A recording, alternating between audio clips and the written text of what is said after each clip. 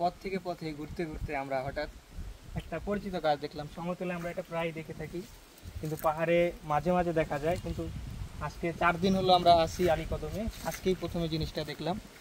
এটা হচ্ছে এই গাছটার ফল আমি এখান থেকে নিয়েছি। এই যে কাঁচা ফল আছে গাছে। এটা আমরা জংলি প্যাশন ফ্রুট যেটা বা আনারকলি যেটা পরিচিত, আমরা এটার সাথে এটা সাদৃশ্য করতে পারি, কারণ এটার বীজ ওটার সাথে মিলে এবং এটার মধ্যে 3টা ফলের টেস্ট পাওয়া যায়। এটা টক মিষ্টি খুবই অসাধারণ। আমি যদি ফলের ভেতরে স্ট্রাকচারটা দেখাই, সেম প্যাশন ফলের মতো একদম। এটা সাদা এবং বেশ রসালো, দেখতে পাচ্ছেন বীজগুলো। এবং এর যে বীজ, একটা বীজ নিয়ে দেখাই, এর যে বীজটা আছে এই যে দেখুন, এটা কিন্তু একদম হুবহু প্যাশন ফ্রুট। তো পথে যদি এটা কখনো দেখতে পান তাহলে পাকা ফল অবশ্যই ট্রাই করে দেখতে পারেন, এটা খুবই সুস্বাদু।